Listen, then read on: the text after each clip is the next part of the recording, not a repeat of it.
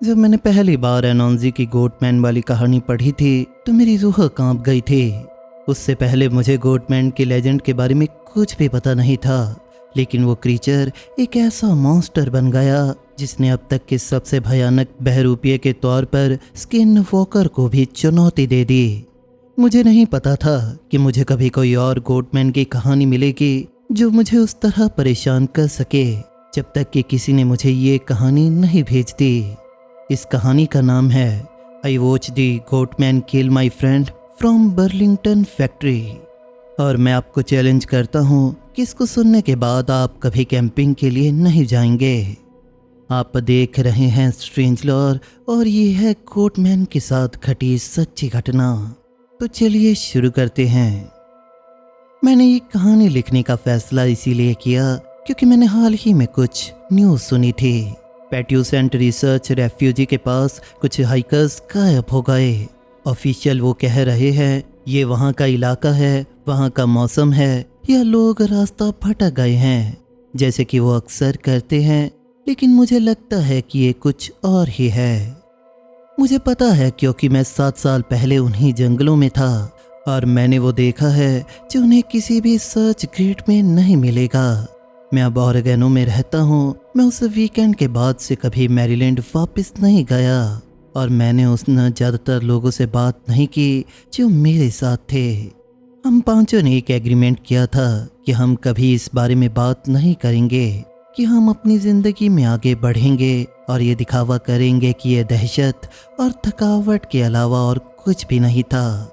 थके हुए डरे हुए दिमाग अंधेरे में हमारे साथ खेल खेल रहे थे, लेकिन जब मैं लिख रहा हूँ वहाँ लोग गायब हो रहे हैं और मैं अब चुप नहीं रह सकता। ये अक्टूबर 2018 की बात है, महीने की शुरुआत, इससे पहले कि पत्ते अपना रंग बदलते। मैं 24 साल का था, सिल्वर स्प्रिंग में एक मामूली सी नौकरी कर रहा था और एक शेयर्ड हाउसिंग में रह रहा था जहाँ ज़रूरत से ज़्यादा लोग थे। मेरा दोस्त गेब काफ़ी समय से एक ट्रिप प्लान कर रहा था। वो उन दिनों अर्बन एक्सप्लोरेशन का बहुत बड़ा शौकीन था। हमेशा हमें किसी बंद पड़े अस्पताल या बंद हो चुके मॉल में खींच ले जाता था, लेकिन इस बार उसे कुछ खास मिला था। उसने बताया कि गवर्नर ब्रिज एरिया के आसपास रिसर्च रेफ्यूजी के पास कुछ ओल्ड इंफ्रास्ट्रक्चर है, ऐसी इमारतें जिन्हें 90 के दशक में फंडिंग रिएलोकेट करने के बाद से सड़ने के लिए छोड़ दिया गया था। हम 5 लोग जा रहे थे। मैं और गेब एक दूसरे को हाई स्कूल से जानते थे। वो प्लानर टाइप का इंसान था। इस तरह के ट्रिप के लिए हमेशा मैप्स और बैकअप प्लान लेकर आता था। क्रिश्चियन इसलिए आया था क्योंकि उसे अपने पोर्टफोलियो के लिए कुछ फोटोग्राफ्स चाहिए थे। वो एक शक करने वाला इंसान था और किसी भी ऐसी चीज़ पर विश्वास नहीं करता था जिसे वो डॉक्यूमेंट ना कर सके, जो आपको इस बारे में बहुत कुछ बता देगा कि आगे क्या हुआ। टेरी वो इंसान था जो हमेशा सबका हौसला बढ़ाता था। वो कहानियाँ और चुटकुले एक ही रफ्तार से सुनाता था। और मैथ्यू, जिसे मैं तब तक अच्छी तरह से नहीं जानता था, लेकिन वो हम में से सबसे ज़्यादा समझदार निकला। एक शांत इंसान लेकिन काबिल। प्लान बहुत सिंपल था। फ्राइडे की शाम को ड्राइव करके वहाँ पहुँचना, रेफ्यूज की बाउंड्री के पास जंगल में कहीं कैंप लगाना, सैटरडे का दिन उन अबेंडेंड साइट को एक्सप्लोर करने में बिताना और फिर संडे की सुबह पैकअप करना।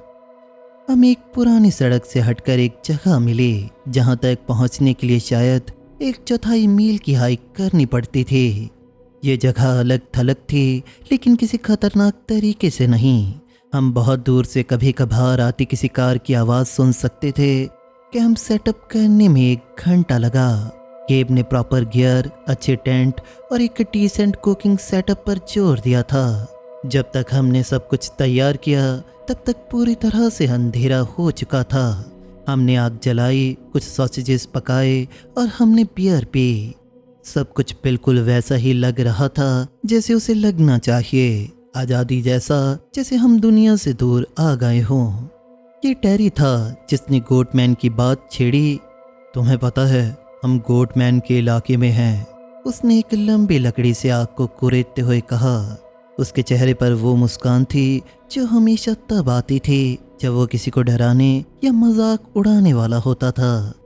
क्रिश्चियन झिझका, फिर से नहीं यार, गोटमैन क्या है? मैथ्यू ने पूछा। एक लोकल लेजेंड, टेरी के जवाब देने से पहले क्रिश्चियन ने कहा। क्रीपीपास्टा वजूद में आने से पहले का क्रीपीपास्टा, कोई कुल्हाड़ी वाला आदमी जो कथित तौर पर टीनेजर्स और कारों पर हमला करता है। ये उससे कहीं ज़्यादा है, टेरी ने कहा, जिसे मज़ा आ रहा था। ये 70 के दशक से है, ज़्यादातर बेल्ट वाइल्स के आसपास है। लवर लेन पर पार्क करने वाले कुछ बच्चों को सड़क पर धातु घसीटने जैसी आवाज़ें सुनाई देती हैं। फिर कोई चीज़ कार से टकराती है, वो चीखते हुए गाड़ी भगाते हैं और जब वो गैस स्टेशन पहुंचती हैं तो उन्हें छत में कुल्हाड़ी के निशान मिलते हैं, गहरे निशान और बाल भी, मोटे भूरे बाल, गोट हेयर। बकवास, क्रिश्चियन ने कहा। शायद टेरी इस बात को लेकर सहमत हुआ, लेकिन यहाँ के आसपास से बहुत सी कहानी आती हैं। वो चीज़ जो लोगों ने एग्रीकल्चर रिसर्च सेंटर के पास देखी है। कुछ लोगों ने कहा कि ये एक एक्सपेरिमेंट था जो गलत हो गया, आधा इंसान आधा बकरा। दूसरों ने कहा कि ये उससे भी पुराना है, कोई ऐसी चीज़ जो इन जंगलों में तब से रहती थी जब यहाँ कोई रिसर्च सेंटर थे ही नहीं, और अब वो कुल्हाड़ी लेकर घूमता है और हॉर्नी टीनेजर्स पर हमला करता है। क्रिश्चियन ने कहा। बहुत ही यकीन करने लायक है। हम हंसे, यहाँ तक कि मैथ्यू भी हंसा। जंगल में बिताई जाने वाली रात के लिए ये बिल्कुल सही कहानी थी, इतनी डरावनी कि आपको थोड़ी सी सिरहन दे सके और इतनी बेवकूफ़ी भरी कि आप सच में उस पर विश्वास न करें। आग धीमी हो गई, हमने दूसरी बातों पर चर्चा की और फिर आधी रात के आसपास हम सोने चले गए। मुझे वो पहली रात इसीलिए याद है क्योंकि वो कितनी नॉर्मल थी। मैं आराम से सोया। अगर मैंने कुछ भी अनयूजुअल सुना तो मुझे याद नहीं है। जंगल घने थे और आवाज़ें एक अजीब तरीके से गूंजती थी। कभी कभी आपको कुछ ऐसा सुनाई देता था जो बहुत करीब लगता था, लेकिन वो शायद आधा मील दूर होता था। लेकिन जंगल ऐसे ही होते हैं, ये बस अंधेरा है और आपके कान खुद को एडजस्ट कर रहे होते हैं। सैटरडे की सुबह साफ और ठंडी थी। हमने कॉफ़ी पी और इंस्टेंट दलिया खाया। फिर हमने आधा कैंप समेट लिया। हमने टेंट वहीं छोड़ दिए, लेकिन बाकी सब कुछ सुरक्षित कर लिया। फिर हम एक्सप्लोर करने निकल पड़े। वो पुरानी साइट्स हमारी उम्मीद से कहीं बेहतर थी। वहाँ पर कंक्रीट के पुल के खंभे थे जिन पर ग्रेफिटी बनी हुई थी और एक टूटी हुई पार्क सर्विस बिल्डिंग थी जिसकी छत गिर चुकी थी। वहाँ इक्विपमेंट शेड थे जिनके अंदर अभी भी जंग लगी मशीनें पड़ी थी। क्रिश्चियन खुश था, हर चीज की फोटो ले रहा था। हमने उन चीज़ों पर चढ़ाई की जिन पर हमें शायद नहीं चढ़ना चाहिए था और उन इमारतों को एक्सप्लोर किया जहाँ हमें शायद नहीं जाना चाहिए था। ये बिल्कुल वही था जो हम चाहते थे और जिसके लिए हम यहाँ आए थे। देर दोपहर तक हम रेफ्यूज बाउंड्री के साथ साथ एक ट्रेल का पीछा करते हुए कैंप की तरफ वापस हाइक कर रहे थे। तभी क्रिश्चियन ने उसे देखा। रास्ते से थोड़ी दूर एक इमारत जो घनी झाड़ियों के बीच मुश्किल से दिखाई दे रही थी। एक पुराना रिसर्च स्टेशन। उसे लगा कि वो रोशनी खत्म होने से पहले उसकी फोटोग्राफ लेना चाहता है। हमें वापस चलना चाहिए, गेब ने अपना फ़ोन चेक करते हुए कहा। 40 मिनट में अंधेरा हो जाएगा। 20 मिनट, क्रिश्चियन ने कहा। मुझे बस कुछ शॉट लेने दो, ये परफेक्ट है। हमने इस पर बहस की। अंत में हम चले गए। ये काफ़ी करीब था। हमें लगा कि हम समय पर वापस आ सकते हैं। वो स्टेशन आधा ढह चुका था। कंक्रीट की दीवारें आइवी और मॉस की काई से ढकी हुई थी। ये ऐसे लग रहा था जैसे इसे दशकों से छोड़ दिया गया हो, हालांकि ऐसा हो नहीं सकता था। रेफ्यूज केवल 30 के दशक में इस्टेब्लिश हुआ था और ये इमारतें उससे ज़्यादा मॉडर्न लग रही थी। 2 मंजिला या जो कुछ भी उनका बचा था, खिड़कियां खाली, आंखों के गड्ढे जैसी लग रही थी। ग्रेट लाइट, क्रिश्चियन ने पहले से ही शॉर्ट फ्रेम करते हुए कहा। जब वो काम कर रहा था तो हम इधर उधर देखते रहे। वो इमारत बाहर से जितनी सुंदर दिख रही थी उससे कहीं ज़्यादा साबुत थी। आप अभी भी ग्राउंड फ्लोर के कुछ कमरों में जा सकते थे, हालांकि ऊपरी लेवल पूरी तरह से ख़त्म हो चुका था। हर जगह मलबा था, टूटा हुआ शीशा, कंक्रीट के टुकड़े, पानी से भरा हुआ नुकसान। मैथ्यू वो इंसान था जिसने सबसे पहले बदबू का जिक्र किया। यहाँ कुछ मरा हुआ है, उसने कहा। वो एक दरवाजे के पास खड़ा था जो इमारत की ओर अंदर की तरफ जाता था। इसकी बदबू थोड़ी सी अजीब है। वो सही था कि वो गीले फर वाली बदबू थी, गाढ़ी और जैविक, जो किसी ज़्यादा तेज चीज के साथ मिली हुई थी। मैं और करीब नहीं जाना चाहता था, लेकिन क्रिश्चियन गया। उसका कैमरा ऊपर उठा हुआ था। जीसस, उसने कहा और रुक गया। हम उसके पीछे इकट्ठे हो गए। दरवाजे के पार वाला कमरा दूसरों से बड़ा था। शायद ये कभी लेबोरेटरी रही होगी। वहाँ सबूत थे कि कोई वहाँ रह रहा था या कोई चीज़ जो यहाँ पर रह रही थी। ये कोई होमलेस कैंप नहीं था, ये वो नहीं था। वहाँ कोई स्लीपिंग बैग या फेंके गए खाने के कंटेनर्स नहीं थे, कोई निडल या बोतल नहीं थी। वहाँ जो था वो हड्डियाँ थी, जानवरों की हड्डियाँ।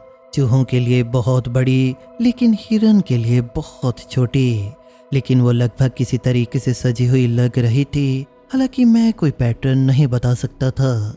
उन्हें कोनों में ढेर किया गया था। उनकी मैरों के लिए उन्हें तोड़कर खोला गया था और बालों के गुच्छे उलझे हुए और गहरे दीवारों पर चिपके हुए थे और पूरे फर्श पर बिखरे हुए थे। दीवारों पर खुद निशान थे, कंक्रीट में गहरी खरोंचे, जैसे किसी चीज ने अपने पंजे तेज किए हों। हमें चलना चाहिए, मैथ्यू ने कहा। क्रिश्चियन अभी भी फोटो ले रहा था, लेकिन उसके हाथ अब उतने स्थिर नहीं थे जितने पहले थे। हमें अभी इसी वक्त चलना चाहिए, मैथ्यू ने दोबारा कहा। तभी मैंने ध्यान दिया कि कितना अंधेरा हो रहा था। रोशनी में वो सुनहरी से सलेटी होने वाली क्वालिटी आ गई थी। इसका मतलब है कि असली ट्विलाइट शुरू होने से पहले आपके पास लगभग 15 मिनट हैं। हम वहाँ अपनी ज़रूरत से ज़्यादा समय तक रुक गए थे। हम जल्दी में वहाँ से निकले। क्रिश्चियन ने बाहर से आखिरी कुछ शॉट्स लिए और फिर हम ट्रेल पर तेजी से चलने लगे।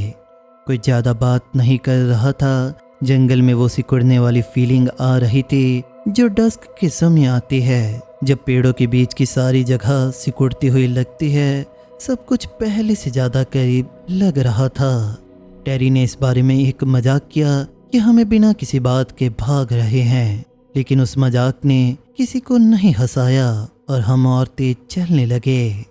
मुझे तब महसूस होने लगा जैसे मुझे कोई देख रहा हो। मुझे एहसास हुआ कि कुछ बहुत गलत है, जिसे आप नाम नहीं दे सकते, लेकिन आपका शरीर उसे बहुत अच्छी तरह समझ सकता है। मैं बार बार अपने पीछे देखना चाहता था, लेकिन मैंने नहीं देखा। हम में से किसी ने नहीं देखा। मुझे लगता है कि ऐसा इसीलिए था क्योंकि हम सभी ने ये महसूस कर लिया था कि अगर हमने पीछे मुड़कर देखा तो शायद हमें कुछ ऐसा दिख जाए जिसे हम देखना नहीं चाहते थे। रोशनी के ख़त्म होते होते हम कैंप पहुंच गए। सब कुछ ठीक था। हमारे टेंट को छुआ नहीं गया था। हमारा सामान बिल्कुल वैसा ही था जैसा हमने छोड़ा था। हमने आग जलाई और रात का खाना पकाया और हमें जो राहत मिली वो बहुत बड़ी थी। हमने खुद को डरा लिया था, बस इतनी सी बात थी। ट्विलाइट के समय जंगल में पूरी इमारतें और हमारा दिमाग पागलों की तरह दौड़ रहा था। हमने इस पर हंसा और टेरी ने फिर से मजाक करना शुरू कर दिया, लेकिन वो बदबू पूरी तरह से अंधेरा होने के बाद वापस आ गई। मैथ्यू वो पहला इंसान था जिसने ध्यान दिया। उसका कांटा उसके मुंह के बीच में ही रुक गया। वो बस सुन रहा था और फिर उसने सूंघा। क्या तुम्हें वो महक आ रही है? हमें आ रही थी। स्टेशन वाली वही बदबू थी, गीला फर और सड़ने की बदबू, लेकिन अब ये काफी तेज थी, बहुत ज्यादा तेज। और ये एक दिशा से नहीं आ रही थी। ऐसे लग रहा था कि ये हमारे कैंप के किनारों पर घूम रही थी, बस वही चक्कर लगा रही थी जहां तक आग की रोशनी नहीं पहुंच सकती थी। शायद पास में कोई मरा हुआ जानवर है, केब ने कहा। फिर हमने हलचल सुनी। झाड़ियों में भारी कदमों की आहट जो उत्तर की ओर जा रही थी। हम सभी ने अपनी फ्लैशलाइट उठाई और उन्हें पेड़ों की तरफ चमकाया। बीम ने अंधेरे को चीर दिया, तनों और शाखाओं को रोशन कर दिया, लेकिन उसके अलावा कुछ नहीं दिखा। लेकिन कुछ न कुछ निश्चित रूप से वहां बाहर था। शायद 1 घंटे तक हमने उसे अपने चारों ओर घूमते हुए सुना, हमेशा नजर से ठीक बाहर रहते हुए। वहां शाखाओं के टूटने और भारी कदमों की आवाज आ रही थी। एक बिंदु पर एक ऐसी आवाज आई जैसे कोई बहुत बड़ी चीज चाल के खिलाफ खिसट रही हो। हमने आंख को तेज रखा। हम में से किसी ने भी ये नहीं सोचा कि हमें जाकर जांच करनी चाहिए। हालांकि किसी ने वहां से जाने का सुझाव नहीं दिया। अंधेरे में बाहर हाइक करना वहां रुके रहने और साथ में रहने से ज्यादा बुरा लग रहा था। तभी टैरी बुरी तरह डर गया। क्या तुमने वो सुना? क्या तुमने वो सुना? वो खड़ा हो गया बाहर जंगल में घूरते हुए। होली क्रैप, अभी अभी किसी ने मेरा नाम पुकारा। मैंने नहीं सुना टैरी, क्रिश्चियन ने जवाब दिया।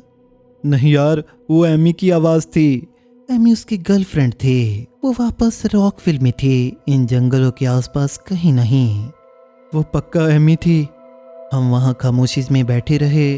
आग चटक रही थी। मैं टैरी को बताने वाला था कि वो अपने दिमाग में आवाजें सुन रहा है जब मैंने उससे सुना, गैरिसन।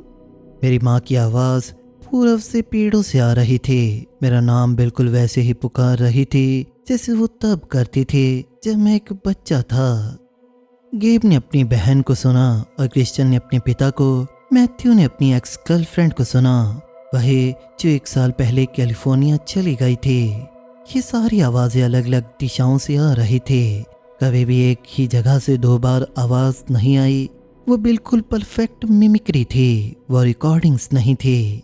उनमें बहुत ज्यादा जान थी, बहुत ज्यादा पर्सनैलिटी थी, लेकिन वो किसी और तरीके से गलत थी। उनके नीचे कुछ था, कुछ ऐसा जिससे मेरी त्वचा सिकुड़ गई। हम में से कोई भी उस आग के पास नहीं हिला। क्रिश्चियन ने अपनी फ्लैशलाइट पेड़ों की तरफ तानी हुई थी, उसे आगे पीछे घुमा रहा था। ये सच नहीं है, वो बार बार कह रहा था। ये किसी तरह से पॉसिबल नहीं है। फिर उसकी बीम किसी चीज पर पड़ी। ये 2 ओक के पेड़ों के बीच था, शायद 30 यार्ड दूर, बिना हिले खड़ा था। रोशनी सिर्फ 1 सेकंड के लिए उस पर पड़ी, इससे पहले कि क्रिश्चियन ने अपनी फ्लैशलाइट को झटके से हटा लिया। साथ ही में उसके मुंह से एक ऐसी आवाज निकली जैसे उसके पेट में मुक्का मारा गया हो। लेकिन मैंने उसे देखा था, हम सभी ने उसे देखा था। वहां कोई चीज थी, बहुत बड़े कंधों के साथ आगे की तरफ झुकी हुई, एक नॉर्मल इंसान के लिए कुछ ज्यादा ही चौड़ी। लेकिन उसका सर वो चीज थी जो सच में अलग दिख रही थी। एक सिल्हुएटी जिसके सींग घूमे हुए और मोटे थे, और एक बाहर की तरफ निकला हुआ थथून था। उसकी आंखें चमक रही थी, चमकीली और सपाट, जिनमें किसी भी तरह की चेतावनी का कोई नामो निशान नहीं था। पलक झपकते ही वो गायब हो गया। क्रिश्चियन की फ्लैशलाइट तब तक इतनी बुरी तरह कांप रही थी कि उसकी बीम प्रैक्टिकली बेकार हो गई थी। हमें चलना चाहिए, टैरी ने कहा। हमें अभी अपनी कारों तक पहुंचना चाहिए। अंधेरे में 1/4 मील जाना है, गेब ने कहा। जंगल के बीच से जहां वो चीज बाहर है। हम यहाँ रुक नहीं सकते, हम जा भी नहीं सकते। हमने इस पर बहस की, हमारी आवाजें तेज होने लगीं। अंत हमने फैसला किया कि हम पहली रोशनी तक आग के पास एक साथ रहेंगे, फिर तेजी से पैकअप करके चले जाएंगे। हमारे पास एक तरह के हथियार थे, एक कैंपिंग कुल्हाड़ी, चाकू, भारी मैगलाइट। हम आग को बड़ा रखेंगे, हम बारी बारी से पहरा देंगे। सुबह होने में कुछ ही घंटे बाकी थे, है ना? और वो मेरी जिंदगी की सबसे लंबी रात थी। वो चीज लगातार हमारे कैंप का चक्कर लगाती रही। कभी कभी हम अंधेरे में कुछ हलचल देखते, बस जहां तक हम देख सकते थे उसके बिल्कुल किनारे पर। कभी कभी हम उसे भारी सांसों के साथ सुनते जो दौकने की तरह थी, और शाखाओं के टूटने की आवाज आती थी। एक बार रात 2 बजे के आसपास हमने कुछ ऐसा सुना जो हंसी जैसे लग रहा था, धीमी और गाढ़ी और बिल्कुल अमानवीय हंसी। लेकिन वो निश्चित रूप से हंसी ही थी। आवाजें रुक रुक कर आती रहीं, वो लोग जिन्हें हम जानते थे, वो लोग जिन्हें हम प्यार करते थे, अंधेरे से हमारा नाम पुकार रहे थे, हमसे मिलने आने के लिए कह रहे थे, हमें बता रहे थे कि वो घायल हैं, कि उन्हें हमारी मदद की ज़रूरत है और हमें जल्दी आना चाहिए। लेकिन हम नहीं गए। हम उस आग के पास दुबक कर बैठे रहे और हमने उसे सब कुछ खिलाया जो हमें रोशनी से बाहर जाए बिना पहुंच सकते थे। सुबह 4 बजे के आसपास सब कुछ शांत हो गया। आवाज़ों का अचानक गायब होना उस शोर से भी ज़्यादा बुरा था जो हो सकता था। हम वहाँ मुश्किल से ही सांस लेते हुए बैठे रहे, कुछ होने का इंतज़ार कर रहे थे, लेकिन कुछ नहीं हुआ। मिनट बीत गए और आग चटकते रही। बहुत दूर एक असली जानवर, शायद एक रकून, मुझे लगता है झाड़ियों के बीच से चलने लगा। शायद वो चला गया, टैरी ने फुसफुसाते हुए कहा। हम उस पर विश्वास करने वाले नहीं थे। सुबह धीरे धीरे आई, जैसे वो तब आती है जब आप पूरी रात जागकर उसका इंतजार कर रहे होते हैं। अंधेरा सलेटी जैसा हो गया, फिर हल्का सलेटी, फिर वो फीकी रोशनी, जिसका मतलब है कि सुबह आखिरकार सच में आ रही है। हम अपने चारों ओर के पेड़ों को फिर से देख सकते थे और हम देख सकते थे कि वहाँ कुछ नहीं था। हम थके हुए और डरे हुए थे, लेकिन अब सुबह हो चुकी थी। पैकअप करने का समय आ गया था, यहाँ से निकलने का समय आ गया था। हम तेजी से हिले, टेंट गिराए और हर चीज को बिना ठीक से ऑर्गेनाइज किए बैग में ठूस दिया। हम सभी इतना फोकस्ड और जल्दी में थे कि हमने सच में कोई बात नहीं की। हम बार बार जंगल को चेक करते रहे, लेकिन दिन के उजाले में सब कुछ नॉर्मल लग रहा था। बस पेड़ और जंगल, डरने की कोई बात नहीं थी। मुझे याद है कि पैकिंग खत्म करते समय मैंने सोचा था कि हम बच गए हैं, कि वो चीज जो भी थी वो अंधेरे का जीव थी, इसलिए अब रोशनी में हम सुरक्षित थे। जैसे कि ये कोई हॉलीवुड मॉन्स्टर मूवी हो जिसके कुछ रूल्स हों। मुझे ये भी याद है कि मैंने सोचा था कि हमें बस सर्विस रोड तक पहुंचना है, अपनी कारों तक, फिर ये सब कुछ खत्म हो जाएगा। लेकिन मैं बहुत बहुत गलत था। हमने बिना किसी तरीके से हर चीज बैग में फेंक दी। टेंट के डंडे कपड़े के आर पार चुभ गए, स्लीपिंग बैग्स आधे ठूसे हुए ही अंदर चले गए। कोई कुछ नहीं बोला सिवाय हो गया या तैयार हो जैसी बातें कहने के। हम एक यूनिट की तरह आगे बढ़े, लगातार अपने चारों ओर पेड़ों को चेक करते हुए। हालांकि सुबह की रोशनी में देखने के लिए कुछ नहीं था। वो हाइक 1/4 मील से कहीं ज्यादा लंबी लगी। हम में से कोई भी लाइन में सबसे पीछे नहीं रहना चाहता था। हम बार बार झुंड बना लेते थे और लगभग एक दूसरे की एड़ियों पर चढ़ जाते थे। अंत हमने एक दूसरे को थोड़ा थोड़ा दूर होकर चलने पर मजबूर किया, लेकिन फिर जल्दी ही हम दोबारा एक साथ आ गए। फिर भी दिन के उजाले में जंगल बस जंगल थे। वहाँ पक्षियों की चहचहाहट थी, पत्तियों के बीच से धूप आ रही थी। एक गिलहरी जैसा जानवर रास्ते में दूर भाग रहा था। नॉर्मल, कितनी खूबसूरती से नॉर्मल था। आधे रास्ते में टैरी ने माहौल को थोड़ा हल्का करने की कोशिश की। तो कैंपिंग का शौक पूरा हो गया है ना? हम सब सहमत हैं। अगली ट्रिप किसी ऐसी जगह पर होगी जहां रूम सर्विस मिले। इस पर एक बहुत ही फीकी सी हंसी गूंजे। क्रिश्चियन और गेब इस बात पर चर्चा करने लगे कि हमने असल में क्या देखा था, या हमें क्या लगा था कि हमने देखा है। वो परछाई, वो सींग, शायद वो कोई हिरन रहा हो। क्रिश्चियन ने सुझाव दिया।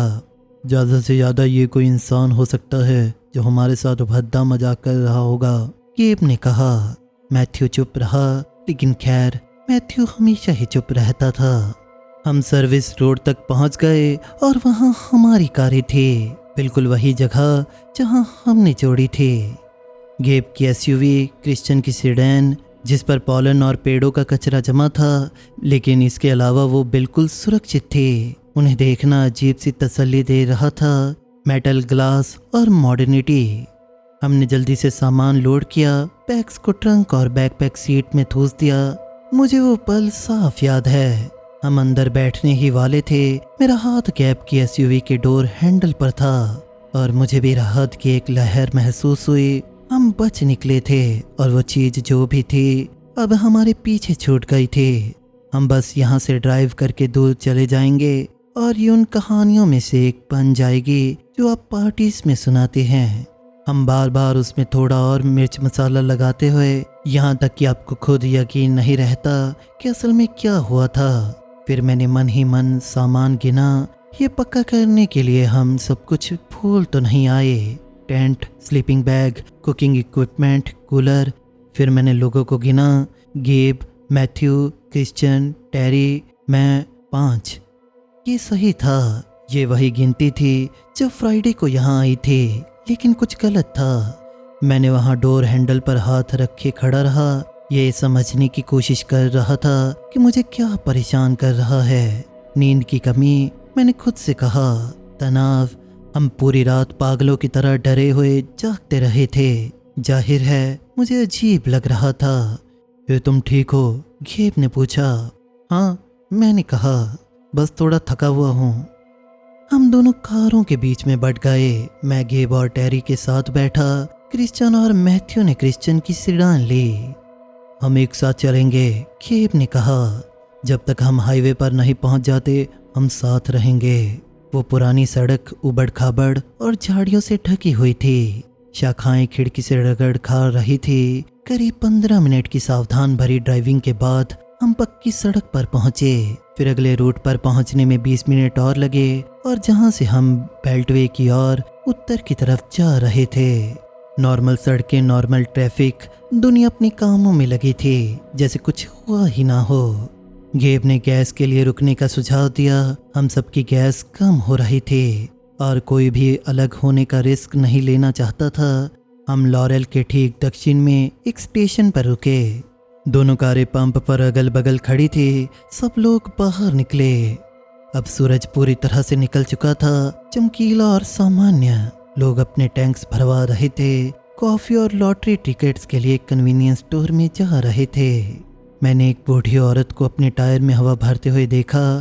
मुझे कॉफ़ी चाहिए, टेरी ने कहा, और पेशाब करना है, जरूरी नहीं किसी क्रम में। हम अंदर गए, हम पांचों। क्रिश्चियन ने एक मजाक किया कि शायद हम में से कितनी गंदी बदबू आ रही होगी। क्लर्क 50 की उम्र की एक थकी हुई सी औरत थी जिसने अपने फ़ोन से नज़र उठाकर भी हमें नहीं देखा। मैंने कुछ कॉफ़ी ली और क्रैमर स्टेशन के पास खड़ा हो गया। उसमें बहुत ज़्यादा चीनी मिला रहा था। तभी मैंने सच में उस ग्रुप को देखा, अपने दोस्तों को। सब कुछ ठीक लग रहा था, थके हुए और अस्त व्यस्त, लेकिन ठीक। टेरी चिप रैक के पास गेब के साथ मजाक कर रहा था। क्रिश्चियन बाथरूम में था। मैथ्यू एनर्जी ड्रिंक से भरे हुए कूलर को बहुत ध्यान से देख रहा था, उसी फोकस्ड नज़रों के साथ जो कभी कभी उसके चेहरे पर आती थी, लेकिन फिर भी कुछ अजीब था। मैं समझ नहीं पा रहा था कि वो क्या था। कोई हरकत, किसी के खड़े होने का तरीका। मैं लगातार देखता रहा, यह समझने की कोशिश करता रहा कि मेरे दिमाग का पिछला हिस्सा किस बात पर चीख रहा था। वापस बाहर गैस भरवाते समय क्रिश्चियन ने नक्शे का सुझाव दिया। हमें शायद कुछ ढंग का खाना चाहिए, इससे पहले कि हम सब घर जाएं, पक्का कर लें कि सब कुछ सच में ठीक है। सड़क के ठीक आगे एक डाइनर था। हम आसानी से इसके लिए राजी हो गए। हम सब भूखे थे और हम में से कोई भी अभी अकेला नहीं रहना चाहता था। मुझे लगता है कि हम एक दूसरे के पीछे पीछे वहां तक गए। 3 मिनट का रास्ता और पार्किंग लॉट में गाड़ी रोकी। उस जगह का वो क्रोम और नियॉन वाला एस्थेटिक था जो औसत दर्जे के खाने और कड़क कॉफ़ी वाला वादा करता था। अंदर हमने पीछे की तरफ एक बूथ लिया। हमने अंडे, पैनकेक और हैश ब्राउन्स ऑर्डर किए। सब कुछ इतना नॉर्मल होना हमारे लिए ओवरवेलमिंग करने वाला था। मेन्यूज, लेमिनेटेड मेजेस और एक वेट्रेस जो हमें हन कह रही थी। 2 घंटे से भी कम समय पहले हम जंगल में किसी ऐसी चीज का शिकार बन रहे थे जिसका वजूद ही नहीं होना चाहिए था।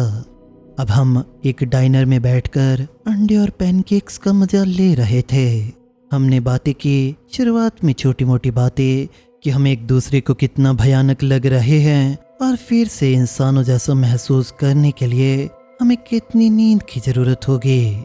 फिर जाहिर तौर पर हमने उस बारे में बात की जो हुआ था। मैं बार बार यही सोच रहा हूँ कि हमने ओवर रिएक्ट किया, क्रिश्चियन ने कहा। मेरा मतलब है हमने कुछ देखा, लेकिन अंधेरे में फ्लैशलाइट के साथ आपका दिमाग खुद ही खाली जगह भर देता है। वो कुछ भी हो सकता था। वो कोई हिरन नहीं था क्रिश्चियन, टेरी ने बीच में टोक दिया। मुझे पता है हिरन कैसे दिखते हैं।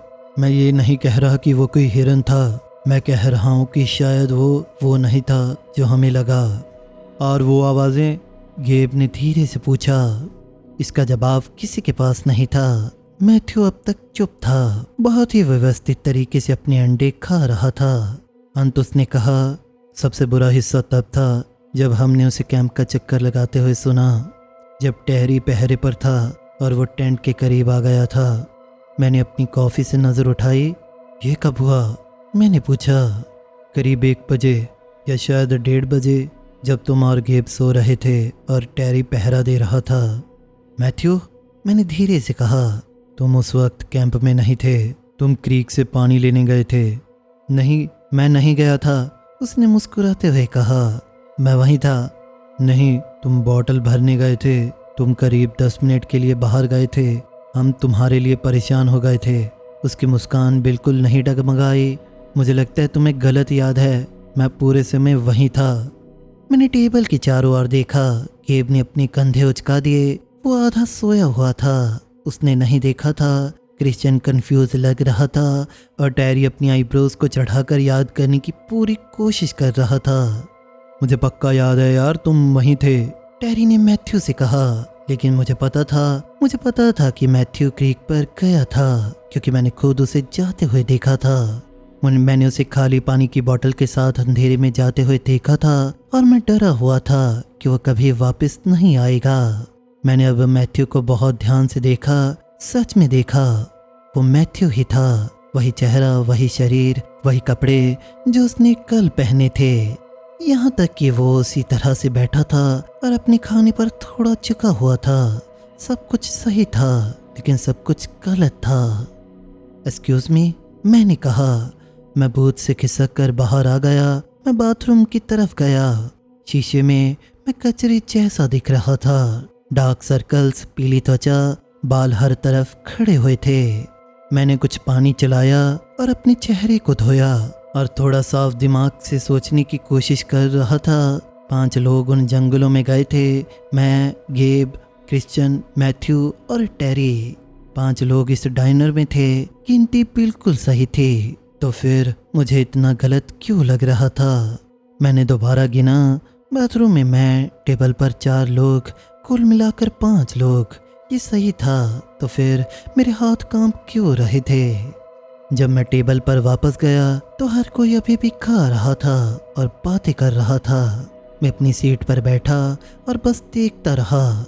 यह समझने की कोशिश कर रहा था कि मेरी इंस्टिंक्ट किस बात पर चीख रही थी।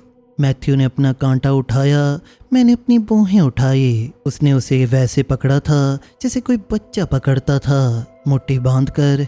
ये ध्यान देने वाली बहुत छोटी सी बात थी। शायद वो हमेशा से अपना कांटा ऐसे ही पकड़ता हो और मैंने पहले कभी ध्यान ना दिया हो। फिर वो क्रिश्चियन की कही किसी बात पर मुस्कुराया और वो मुस्कान थोड़ी ज़्यादा ही चौड़ी लग रही थी और उसकी आंखों में कुछ ऐसा था जो पूरी तरह सही नहीं था।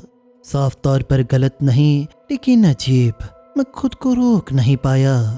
मैथ्यू, मैंने कहा, तुम्हें याद है वो कॉन्सर्ट जो हम बाल्टीमोर में देखने गए थे? उस बैंड का नाम क्या था? उसने मेरी तरफ देखा। कौन सा कॉन्सर्ट? वही जो 2 साल पहले ऑटो बार में हुआ था।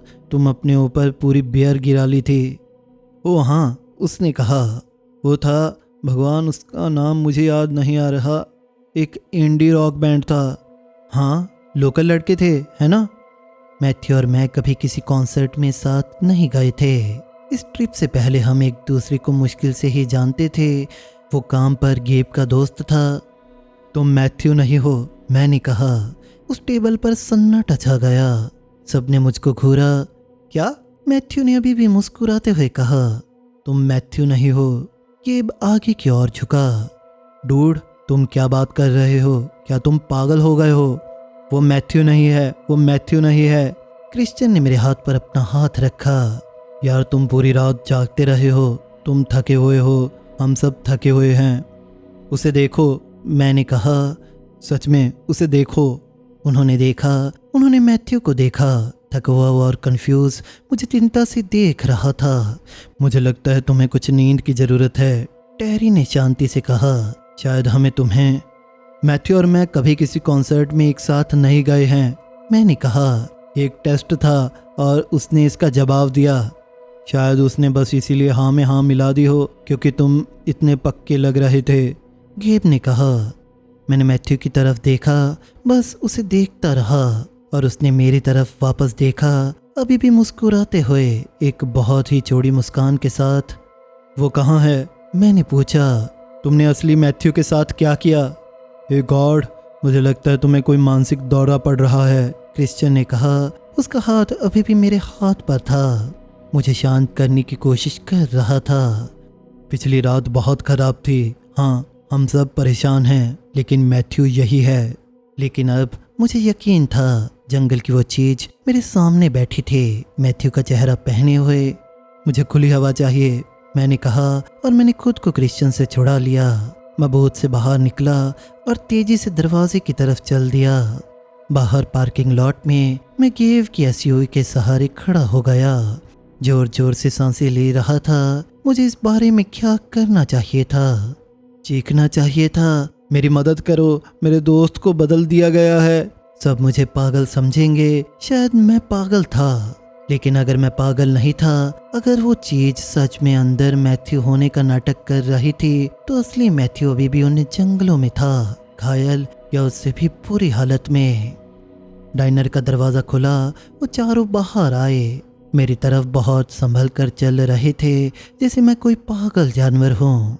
गेब ने नरमी से कहा, चलो इस बारे में बात करते हैं, तुम्हें किसी डॉक्टर को दिखाना चाहिए, क्रिश्चियन ने कहा। मैं सीरियस हूँ यार, मुझे लगता है स्ट्रेस। मैं ठीक हूँ, मैंने कहा। मुझे वापस जाना है, घर नहीं, वापस कैंप साइट पर। मैंने वहाँ कुछ छोड़ दिया है। एक झूठ था, मैं कभी भी झूठ बोलने में अच्छा नहीं था, लेकिन मुझे मैथ्यू को खोजना था, उसे ढूंढना था, इससे पहले कि आमा वहाँ वापस नहीं जा रहे हैं, क्रिश्चियन ने सपाट लहजे में कहा। बिल्कुल भी नहीं, तो मैं अकेला जाऊँगा, ये उससे भी ज़्यादा बुरा आइडिया है, टेरी ने कहा। हम बहस करने लगे उस डाइनर के पार्किंग लॉट में अपनी आवाज़ें ऊंची करते हुए, जबकि दूसरे कस्टमर आ जा रहे थे। गेब ने बीच बचाव करने की कोशिश की। क्रिश्चियन अड़ा रहा कि मुझे प्रोफेशनल हेल्प की ज़रूरत है। टेरी बस असहज लग रहा था। मैथ्यू हालांकि वो थोड़ा अलग खड़ा था, सब कुछ होते हुए देख रहा था, लेकिन कुछ नहीं कह रहा था। अंत गेब ने गहरी सांस ली। ठीक है, मैं तुम्हारे साथ वापस चलूँगा। हम जल्दी से एक सर्च करेंगे कैंप साइट पर, तुम्हारी खोई हुई चीज़ देखेंगे और तुम देख लोगे कि कुछ भी गलत नहीं है, और फिर हम सब घर वापस जा सकते हैं और सोकर इसे भूल सकते हैं। मैं भी चलूँगा, मैथ्यू ने कहा। इन शब्दों ने मेरी रीढ़ की हड्डी में बर्फ जैसी सिरहन दौड़ दी। तुम्हें चलने की ज़रूरत नहीं है, मैंने शुरू किया। मैं मदद करना चाहता हूँ, उसने कहा। फिर से वो मुस्कान। हमें एक साथ रहना चाहिए। मैंने गेब की तरफ देखा, अपनी आंखों से कुछ बताने की कोशिश कर रहा था, इसे मत आने दो, लेकिन गेब इसके लिए बहुत थका हुआ लग रहा था। वो परेशान और थोड़ा झुझलाया हुआ था। ठीक है, क्रिश्चियन ने कहा। तुम तीनों जाओ, टेरी और मैं यहीं इंतज़ार करेंगे। हम तुम्हें 2 घंटे देंगे, अगर तुम तब तक वापस नहीं आए तो हम पुलिस को कॉल करने वाले हैं। ये सही है, गेब ने कहा। तो बात तय हो गई। हम 3 लोग उन जंगलों में वापस जाने वाले थे, मैं, गेब और वो चीज जो मैथ्यू होने का नाटक कर रही थी। हम गेब की एसयूवी में बैठे, मैं आगे पैसेंजर सीट पर, मैथ्यू पीछे। गेब ने इंजन स्टार्ट किया। यह समय की बर्बादी है, गेब ने पार्किंग लॉट से बाहर निकलते हुए बुड़बुड़ाया। उस कैंप साइट पर कुछ नहीं है। मैंने साइड मिरर में मैथ्यू को देखा, वो बिल्कुल शांत बैठा था, उसके हाथ गोद में मुड़े हुए थे। वो खिड़की से बाहर गुजरते नज़ारों को देख रहा था। मुझे 2 बातें पूरे यकीन के साथ पता थी, वो मैथ्यू नहीं था, और वो जो कोई भी था, मैं उसके साथ जंगल में अकेले होने वाला था। उस पुरानी सड़क तक वापस करने में 25 मिनट लगे। न मैंने और न गेब ने ज़्यादा बात की। मैथ्यू ने कुछ नहीं कहा, जब हम वापस उस तरफ मुड़े जहाँ कैंप साइट लगाया था तो मेरे पेट में मरोड़ उठने लगी। गेब ने गाड़ी वहीं पार्क की जहाँ हमने पहले पार्क की थी। हम बाहर निकले, जंगल पूरी तरह से शांत था। चलो इसे जल्दी से निपटाते हैं, गेब ने कहा। तुमने क्या छोड़ा था? मुझे याद नहीं आ रहा था मैंने क्या छोड़ने का दावा किया था, या मैंने कुछ दावा किया भी था या नहीं। मेरा दिमाग खाली था। हमारे पीछे मैथ्यू मुस्कुराया। रास्ता दिखाओ, उसने बहुत ही मुलायम आवाज में कहा, और हम वापस पेड़ों के बीच चलने लगे। कैंप साइट तक वापस हाइक करना दूसरी बार ज्यादा बुरा लग रहा था। गेब बार बार पूछ रहा था कि मैंने क्या पीछे छोड़ा था, और मैं उसे गोलमोल जवाब दे रहा था। मेरा बैकपैक, मैंने कहा, उसमें जरूरी चीजें हैं। उसने जोर नहीं डाला, लेकिन मैं उसकी जुलजुलाहट को बढ़ते हुए महसूस कर सकता था। हमारे पीछे मैथ्यू कुछ बोल नहीं रहा था। मैं बार बार मुड़कर उसे चेक कर रहा था। वो हमेशा वहीं था, वहीं दूरी बनाए हुए। उसके चेहरे पर वही शांत भाव थे। उसे कोई जल्दी नहीं थी, वो जरा भी परेशान नहीं था। हम दोपहर के आसपास कैंप साइट पर पहुंचे। फायर पिट ठंडी थी, सफेद राख से भरी हुई। सुबह के हमारे कदमों के निशान अभी भी नरम मिट्टी में दिखाई दे रहे थे, लेकिन और किसी चीज का कोई सुराग नहीं था। मैथ्यू का कोई सुराग नहीं था, असली मैथ्यू का। ठीक है, ये कहाँ है? गेब ने कहा। तुमने क्या छोड़ा था? मुझे यहाँ आसपास खोजना होगा, मैंने कहा। क्या तुम मेरी मदद कर सकते हो? क्या खोजने में? बस मेरी मदद करो। उसने गहरी सांस ली, लेकिन हमारी पुरानी कैंप साइट के किनारे किनारे चलने लगा। मैं जंगल में झांक रहा था, मैथ्यू को खोज रहा था। मेरे पीछे दूसरा मैथ्यू बिल्कुल शांत खड़ा था, बस देख रहा था। मैं और अंदर जाकर कोशिश करने वाला हूँ, मैंने उस दिशा की ओर इशारा करते हुए कहा जहाँ से हम पिछली रात भागे थे, जहाँ हमने पेड़ों के बीच चीज को देखा था। ये पागलपन है, गेब ने कहा, लेकिन वो मेरे पीछे पीछे आ रहा था। हम रेफ्यूज में और गहरे चले गए। अब ट्रेल हेड से हटकर झाड़ियों के बीच से होते हुए मेरी नजरें मैथ्यू की तलाश में थे।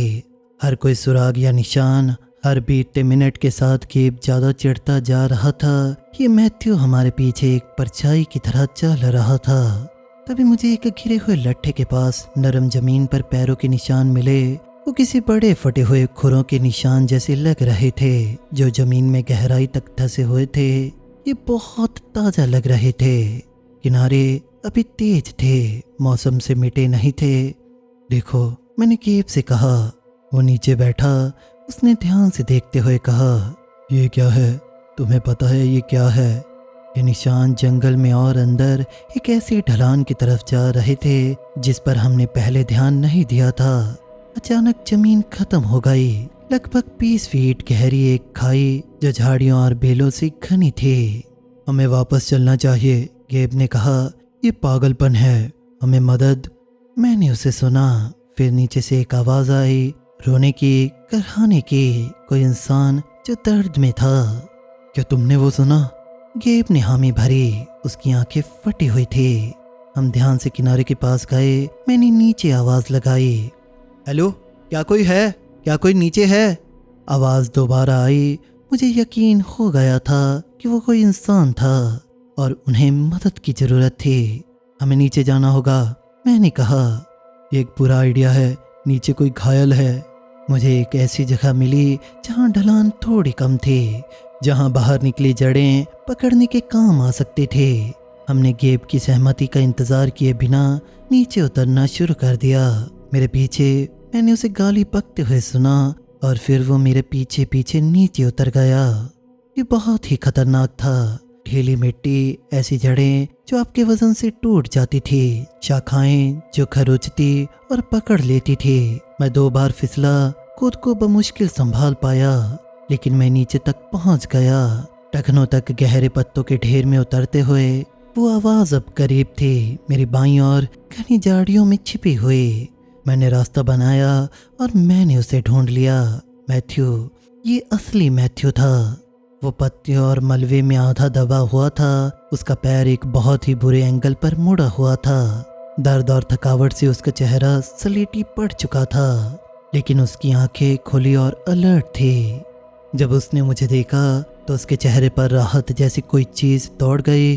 भगवान का शुक्र है, उसने फुसफुसाते हुए कहा। मुझे लगा कि वो वापस आएगा। गेब मेरे पीछे झाड़ियों को तोड़ता हुआ आया। उसने मैथ्यू को एक नज़र देखा और पूरी तरह से पीला पड़ गया।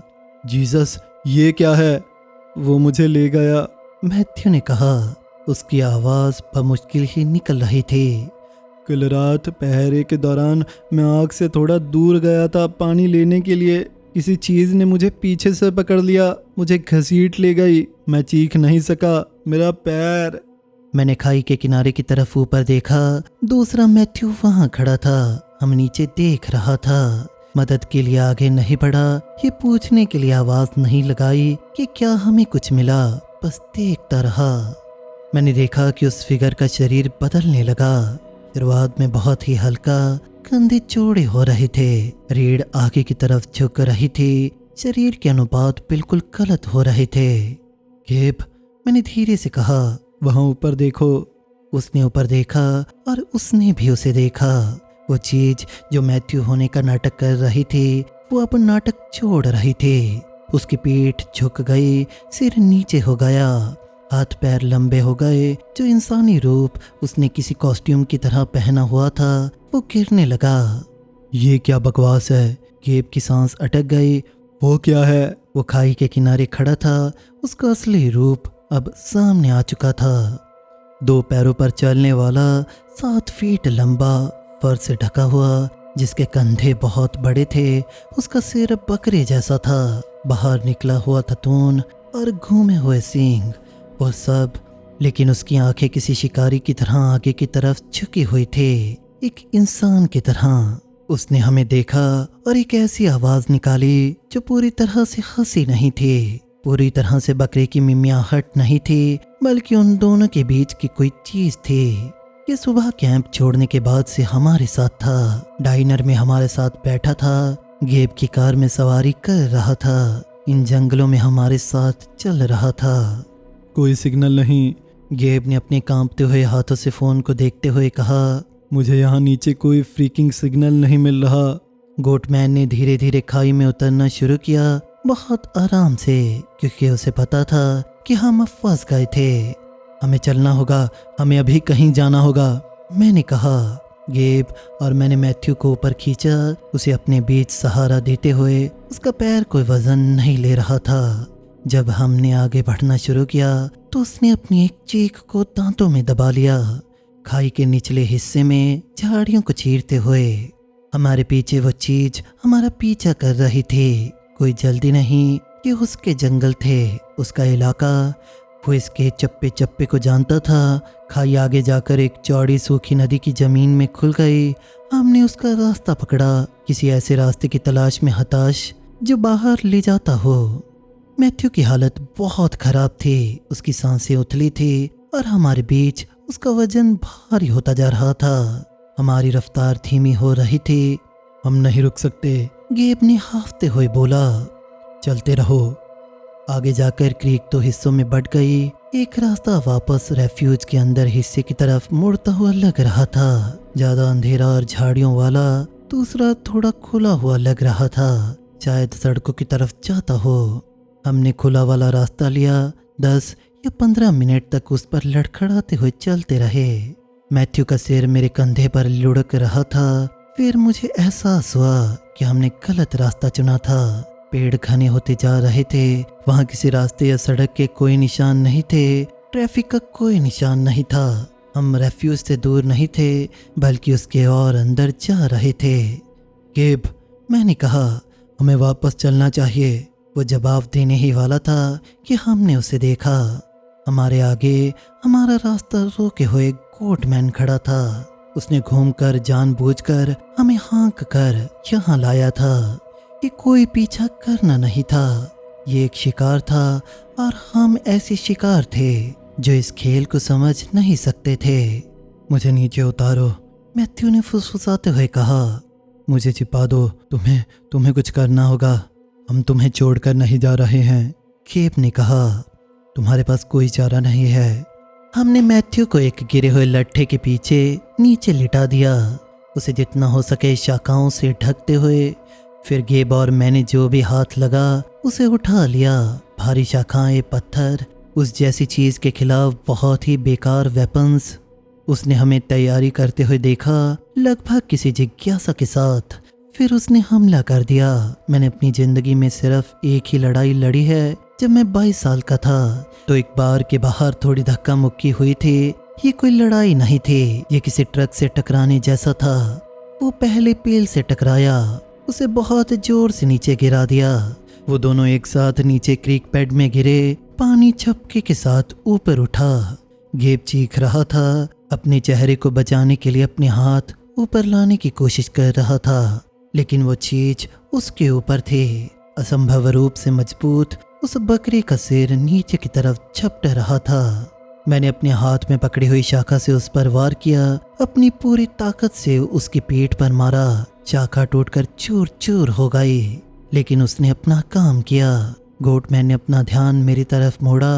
वो गेब के ऊपर से उठा, एक ऐसी सहजता के साथ घूमा जो इतनी बड़ी चीज के पास नहीं होनी चाहिए थी। उसकी नजरें मेरी नजरों से टकराई। मैं उसकी सांसों की बदबू सूंघ सकता था, सड़ी हुई और लोहे जैसी, कुछ जानवरों जैसी, कुछ बहुत पुरानी। मैं उसके दांत देख सकता था, वो बहुत सारे थे। उसने एक कदम आगे बढ़ाया, मैं लड़खड़ा कर पीछे हटा, एक जड़ से उलझकर, और मैं जोर से नीचे गिरा। तभी गेब ने पीछे से उस पर छलांग लगा दी। मुझे नहीं पता कि उसे वो ताकत कहाँ से मिली। उसके चेहरे और छाती से खून बह रहा था, लेकिन वो अपने पूरे वजन के साथ उस चीज से टकराया। अपने हाथों को उसके धड़ के चारों ओर लपेट लिया। भागो! वो मुझ पर चीखा।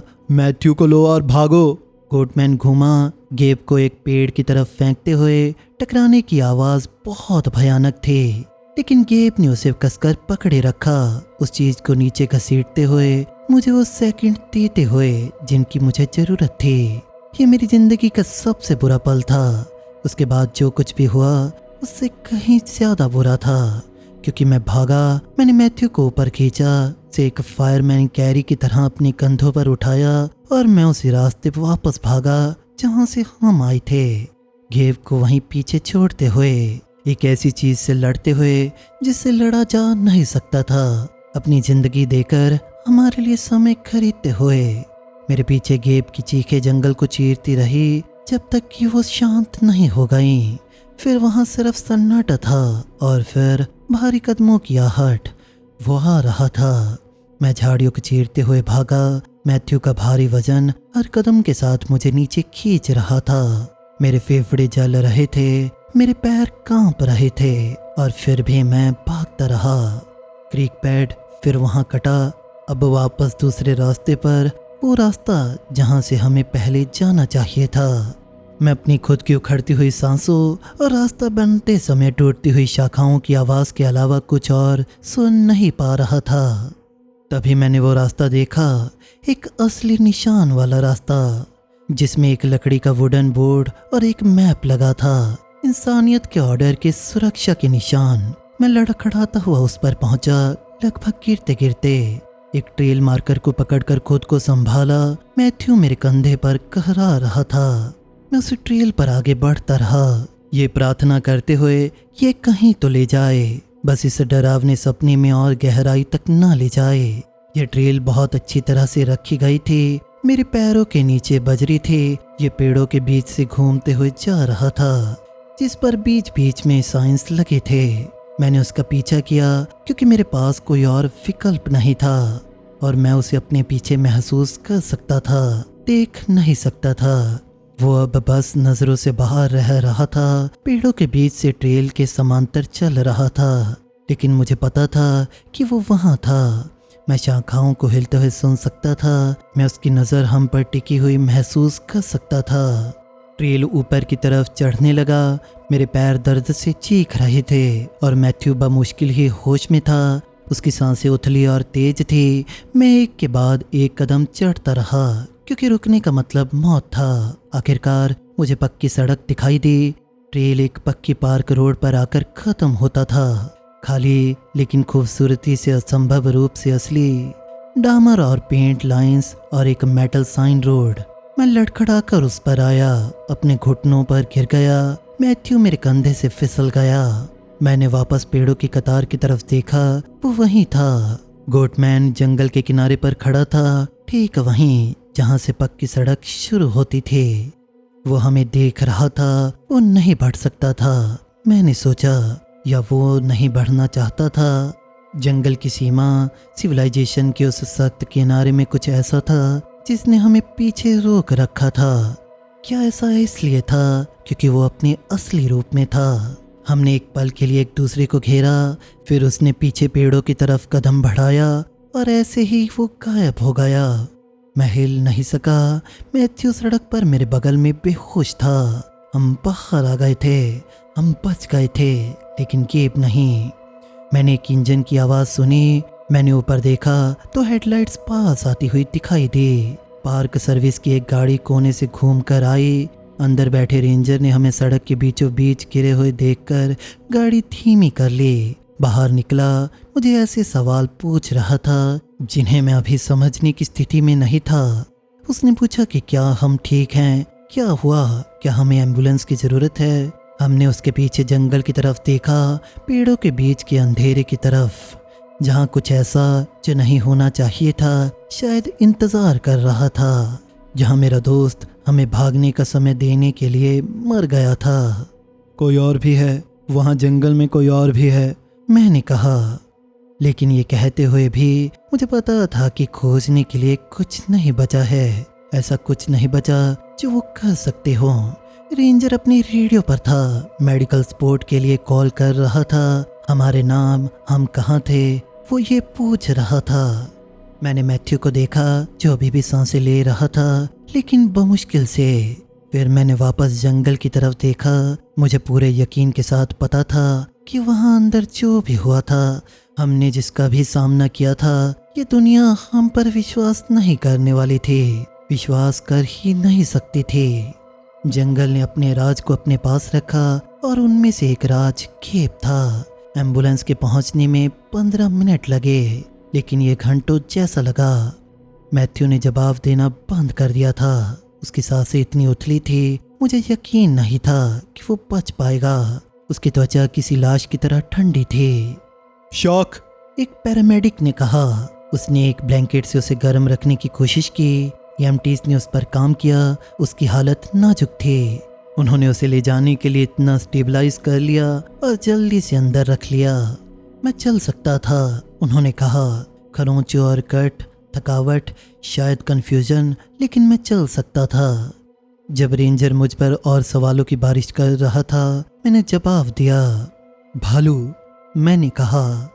यह झूठ अपने आप ही निकल गया। Pair attack. मेरे दोस्त गेब, वो अभी भी वहीं है।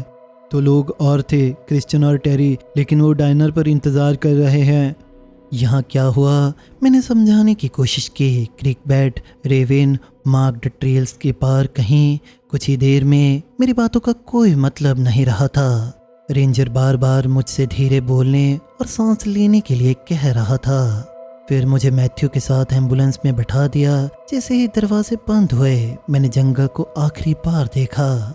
दोपहर की रोशनी में पेड़ बस पेड़ लग रहे थे, नॉर्मल दिखने में मासूम, लेकिन मैं सच्चाई जानता था। हॉस्पिटल में मैथ्यू को सीधा सर्जरी में ले जाया गया। उसकी जांघ की हड्डी में कंपाउंड फ्रैक्चर था। अंदरूनी खून बहने की संभावना थी और सीवियर डिहाइड्रेशन थी। मुझे एक एग्जामिनेशन रूम में ले जाया गया, जहां एक डॉक्टर ने मेरे घाव को साफ किया और मेरी जांच की। कुछ पसलियों में चोट थी, कट थे, थकावट थी, लेकिन जान को खतरा नहीं था। जब मुझे टांके लग रहे थे तो कुछ पुलिस वाले आए। दो युवा पुलिस वाले और प्रोफेशनल। उन्हें इस बात का स्टेटमेंट चाहिए था कि क्या हुआ था, तो मुझे सब कुछ फिर से बताना पड़ा। महिला ऑफिसर ने इसे कॉल इन किया। लॉरेल पुलिस डिपार्टमेंट से संपर्क किया। उसने उन्हें कहा कि डाइनर पर इंतज़ार कर रहे उन 2 आदमियों की जांच करने के लिए किसी को भेजें। फिर वो वापस मेरे एग्जामिनेशन रूम में आई। उसने कुछ ऐसा कहा जिससे मेरे खून में बर्फ जम गई। सर, डाइनर पर गए ऑफिसर्स कंफ्यूज हैं। आपके दोस्त क्रिश्चियन और टेरी वही हैं जैसे कि आपने कहा था, लेकिन गेब भी वही हैं। उनका कहना है कि वो तभी से वहीं इंतज़ार कर रहे हैं जब से आप मैथ्यू के साथ निकले थे। उसे घूरता रहा, ये पॉसिबल नहीं है। उन्हें पूरा यकीन है। उनका कहना है कि वो उनके साथ 3 घंटों से ज़्यादा समय से है। वो नहीं हो सकता, वो मेरे साथ था। मैंने उसे हमला होते हुए देखा और उसे अपने पार्टनर को देखा। उन नज़रों का सब कुछ मतलब था। मैं शौक में था, मुझे सिर में चोट लगी थी, मैं चीज़ें देख रहा था। हमें चाहिए कि आप शुरुआत से शुरू करें प्लीज़, उसने बहुत संभल कर कहा। तो मैंने किया। मैथ्यू बच गया, पूरी तरह से ठीक हो गया। आज उसे देखकर आप कभी नहीं जान पाएंगे कि वो किसी दौर से गुजरा है। टेरी और क्रिश्चियन बिल्कुल ठीक हैं। अब भी कभी कभी उस दिन उस भयंकर क्लियरिंग में वापस जाने की मेरी जिद का मजाक उड़ाते हैं, बस एक भालू का शिकार बनने के लिए। गेब, हालांकि उसकी कहानी अलग है, मुझे उस पर दोबारा विश्वास करने में बहुत समय लगा। मैंने उसे गोटमैन द्वारा अटैक होते हुए देखा था, जिसे मैंने गेब समझा था। भागते समय मैंने दूर से उसकी मौत की चीखें सुनी थी, लेकिन जब मैंने उसे फिर से सामने देखा तो मैंने एक पूछताछ करने की तरह देखता रहा। वो जो कुछ भी करता या कहता था उस पर विश्वास नहीं करता था, लेकिन नकली मैथ्यू के उलट गेब ने हफ्तों बाद भी अजीब व्यवहार नहीं किया। कुछ भी गलत नहीं किया सिवाय मेरे दिमाग में घटनाओं के गलत तालमेल के। गेब मेरे साथ आया था, उसने हमें वापस जंगल में ड्राइव किया था, है ना? क्या गोटमैन आपके विचारों और आपके दिमाग को पूरी तरह से मोड़ने में सक्षम है? मैं कुछ समय तक यही सोचता रहा। जब कोई इतना इम्पोर्टेंट और ट्रॉमेटिक इवेंट आपके दिमाग में बिल्कुल भी सेंस नहीं बनाता तो ये आपको डिप्रेस्ड, यहाँ तक कि साइकोटिक भी महसूस करा सकता है। अंत मैथ्यू की तरह मैं भी अपने तरीके से सबसे बाहर निकल ही आया। अब गेब और मैं वैसे ही दोस्त हैं जैसे हम पहले हुआ करते थे। बाकियों को लगता है कि मैथ्यू के साथ कैंप साइट पर वापस कुछ खोजने के लिए ड्राइव करने गया था और बात वहीं खत्म हो जाती है। हम सब ने इस टॉपिक को फिर से ना उठाने का एग्रीमेंट लिया है, शायद सिर्फ इसीलिए ताकि मेरे दिमागी जख्म फिर से ताज़ा ना हो जाएं। तो दोस्तों, आपको ये कहानी कैसी लगी? अगर आपको ये कहानी पसंद आई तो इस वीडियो को लाइक और शेयर जरूर करें, और ऐसी ही कहानियाँ सुनने के लिए हमारे चैनल को सब्सक्राइब जरूर कर लें। मिलते हैं ऐसी ही सच्ची कहानियों के साथ अगली वीडियो में।